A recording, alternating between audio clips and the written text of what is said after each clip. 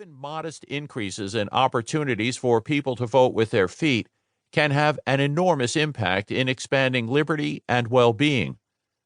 For both internal and external migrants, especially those who are poor or fleeing oppression, foot voting is often a life-altering experience that massively improves their situation for the better.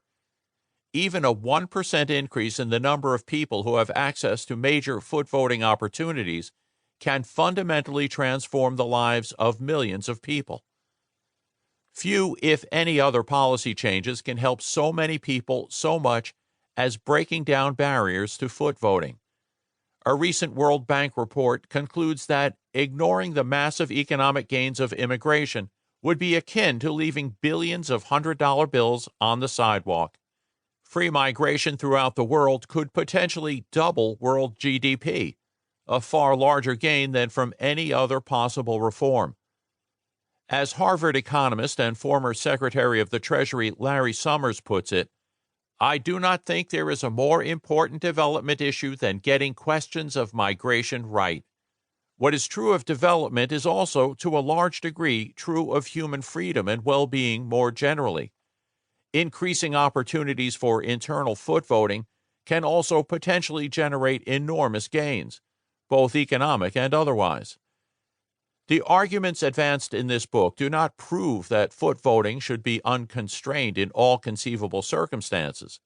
Political freedom and related issues considered here are not the only ones that need to be weighed in assessing policy on foot voting. But the massive potential gains considered here do counsel in favor of expanding foot voting far more than we might otherwise. To the extent we value political freedom in any significant sense, we should also assign a high value to foot voting. Freedom of choice through foot voting, and the freedom of movement that makes it possible, cannot be absolute principles, but there should be at least a substantial presumption in their favor.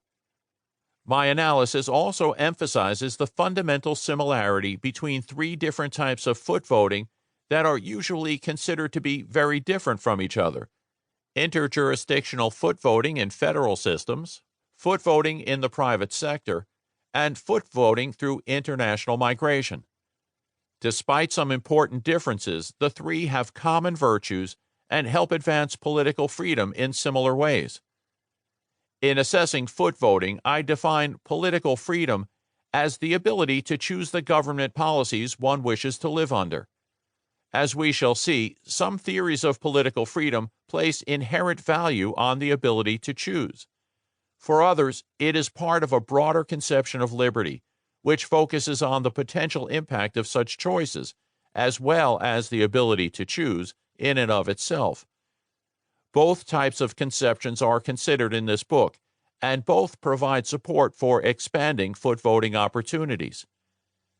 Concluding that foot voting is vital to political freedom, and often a better mechanism of achieving it than ballot box voting, does not amount to a call for the abolition of democracy. Far from it. Democratic government is still superior to alternatives such as dictatorship and oligarchy, and choosing political leaders by election has value that does not depend on its effect on political freedom. Similarly, my analysis does not provide anything approaching a comprehensive theory of what the powers of government should be and how they should be distributed between different levels of government in federal systems. But it does demonstrate that there are good reasons to constrain and structure democracy in ways that increase opportunities for foot voting.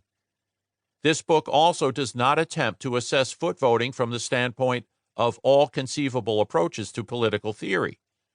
It focuses primarily on considerations associated with various interpretations of political freedom.